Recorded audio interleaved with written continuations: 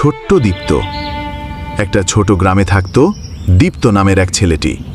বয়স মাত্র ৮ বছর। তার চোখে সবসময় স্বপ্নের ঝিলিক। পড়াশোনায় খুব একটা ভালো না হলেও সে ছিল দারুণ কৌতূহলী। যে কোনো কিছুর মধ্যে কিছু শেখার চেষ্টা করত। একদিন স্কুল থেকে ফেরার পথে সে দেখল এক বৃদ্ধ লোক একটা গাছের নিচে বসে কাঁদছে। দীপ্ত কাছে গিয়ে জিজ্ঞেস করল, চাচা, আপনি কাঁদছেন কেন?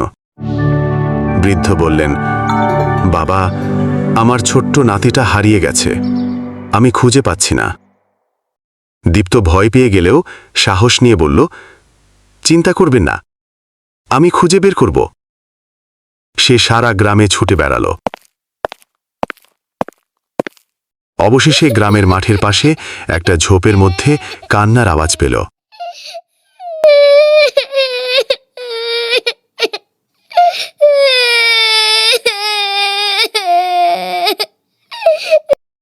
গিয়ে দেখল ছোট্ট একটা ছেলে কাঁদছে।